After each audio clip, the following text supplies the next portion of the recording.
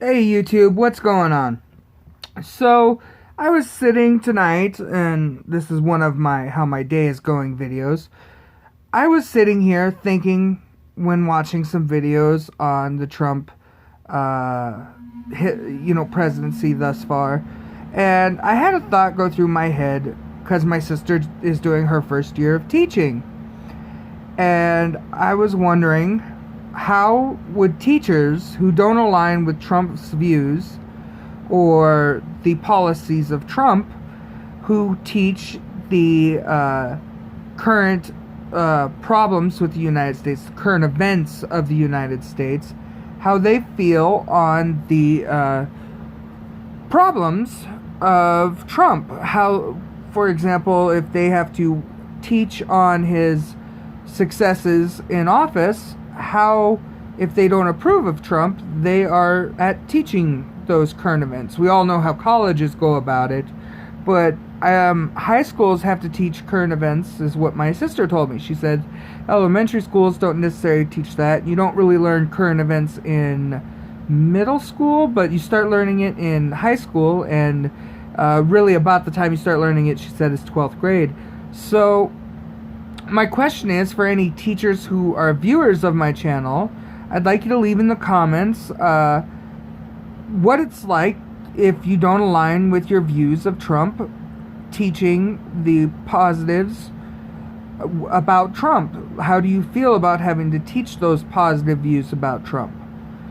On another note, my sister is a teacher. She just became a teacher this year. She got her first posting, and one of my things about teachers is I don't understand exactly why they're so underpaid anywhere, because they are teaching tomorrow's future citizens, and future senators, Republicans, job workers, things like that, and yet we underpay them so much. So I had that discussion with her today. She doesn't understand it either. I think it's a shame, really, that we underpay teachers. There's a lot of positions I think it's a shame. Like, for example, my wife works for Food Dudes, which is the local company here where we live. It's kind of a Midwestern company from what I understand. But, around here, like, people don't like to tip where I'm from. They really hate it.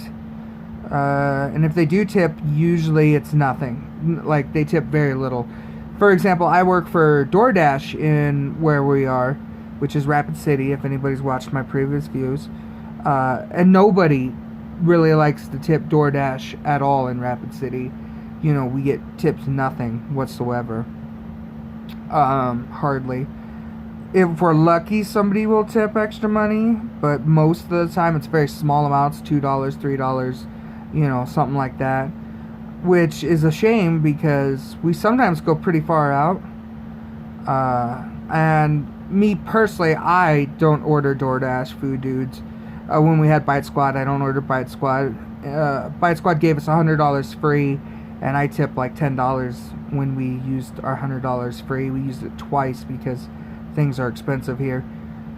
But I tip like $10 each time because I'm a generous tipper. When I order pizza, I tip like $5 to $10 because it's down the street from us, but I still tip quite a bit.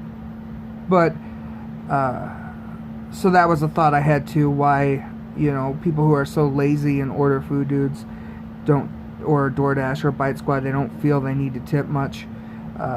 My personal belief is I'm not lazy enough that I won't, if I'm hungry for food from a restaurant, I'm not going to be lazy enough not to go get it, of course, which is another thing.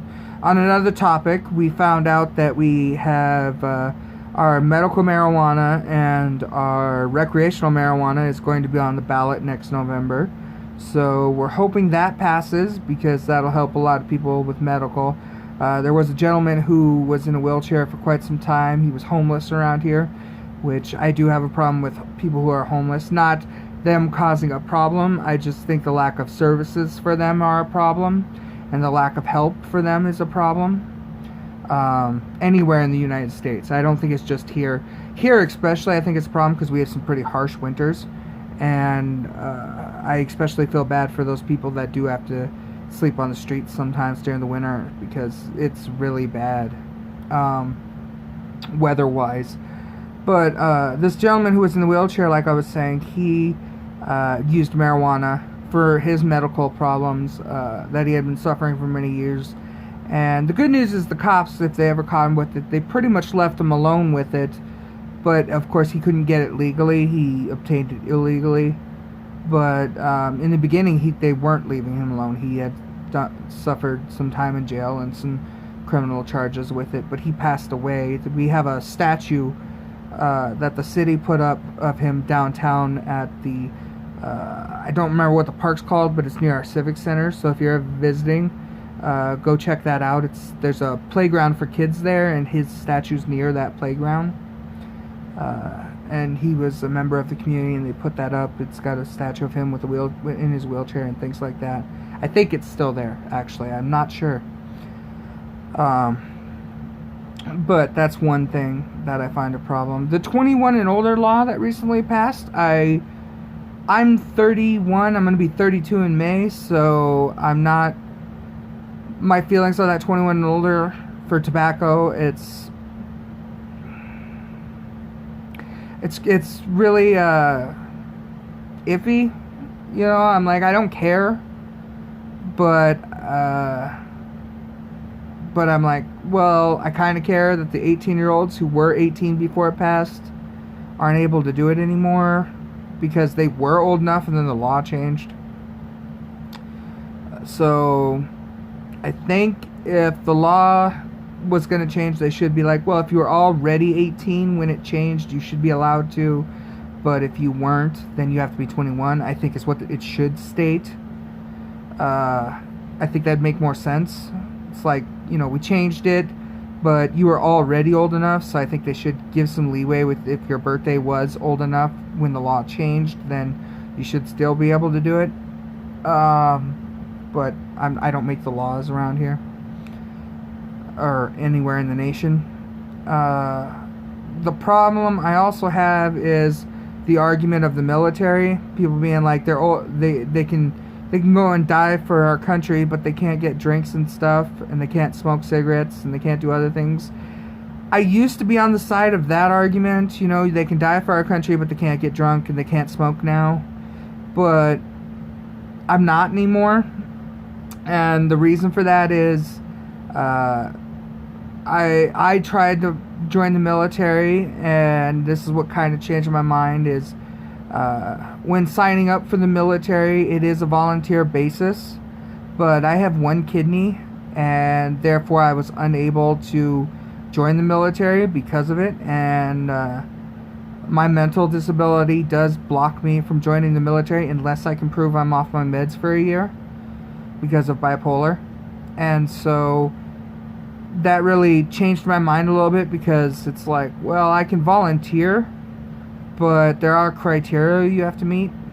And so when you think about, yes, they can go out and die across the world for our country, and they can do this for our country, but they can't serve alcohol. I don't think that's a valid argument, because at 18 you're not forced to join the military. You have to volunteer.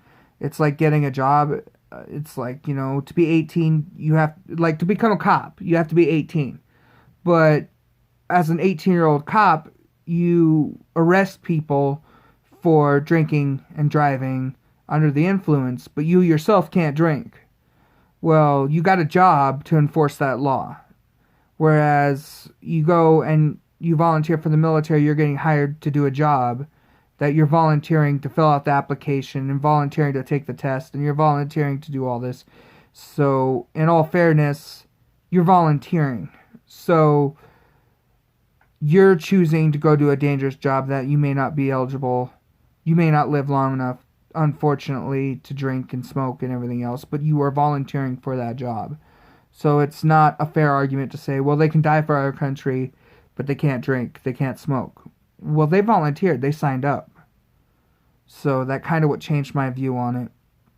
Another thing I was thinking about today while being at home and watching videos was the sense of community we have. We have a lot of people throwing race card out there lately. We have a lot of people throwing sexist card out there. We have people saying, I won't date woke women. I won't date conservative men. I won't do this. I won't do that. And a lot of people complaining about certain things like, oh, this person's rich and they don't help out the community, so we need to tax them and take their money forcibly. Or this person's a woke woman and I don't date woke women because whatever reason, because of A, B, and C, and I don't date conservative men because of A, B, and C. And when challenged on why they won't, and an article comes out about it, people are like, well, that's just sexism and that's just racism, or, that's just, making things equal when it comes to certain things, or, it's not fair. Well, the one thing I'd like to point out is that with the rich aspect of it, these people work their whole lives to become rich, and they built up a wealth, and they built up a lifestyle that works for them. And yes, they did it by working and education, and sometimes they didn't because the family members got them the good benefits and the good jobs and their name and stuff like that. And then other times you have people who are like, well, I'm mad because they won't date a woke woman, or I'm mad because they don't date conservative men, and really it in that aspect, it's an opinion. It's their policy, it's their beliefs, it's their option. It's kind of like me. I don't like me, okay? So I'm a straight man, and I don't I like gay people as a friend. I can talk to them, I can socialize with them, I like them as a person, but I'm not sexually attracted to a gay man. I don't like his genitalia sexually. So for me, it's not attractive. But as a friend, I'm perfectly fine being friends with that. I like to joke he's my brother sister thing because my sister's best friend is a gay person who just got married, and congratulations on him, and that's great. And I joke with him all the time, and he's basically an adopted member of the family, so I joke with him that he's my brother sister thing. It's just a joke I have with him, and he knows I joke with him about that, and we respect each other, and we don't always get along, but he's a great dude, and I love him for what he does, and as a family member, and I wish the best for him, but I'm not attracted to him, just like I'm not attracted to any gay person out there. I'm not attracted, unfortunately, to a trans man who became a woman because of certain aspects. I respect that. One YouTuber I follow is Blair White, and I respect her very much. And there's another one, some red, I can't remember it right now, but there's another trans woman out there who did get elective surgery, and I respect her as a woman as well. And RuPaul, I respect him, or her. I'm not sure what he is. Or she is. I'm not sure. I haven't done a lot of research on RuPaul, but I respect his decision, or their decision. For another one is, name's on the top of my tongue. What is it?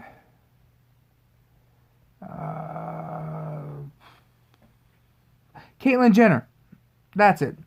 Caitlyn Jenner made a decision, and, she thought it was what she wanted, and she lived for many, many years with wanting it and making those decisions after being one of the greatest athletes, of her time, and as a man, and made that decision, and I hope she's happy.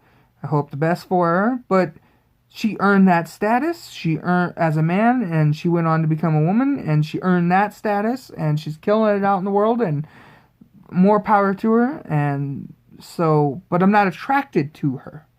I'm not attracted to Blair White, but I'm respectful of it, and I respect their decision. But that's kind of my views of today. Some things I thought about, some things I wanted to talk about. And we'll see you guys later. Peace.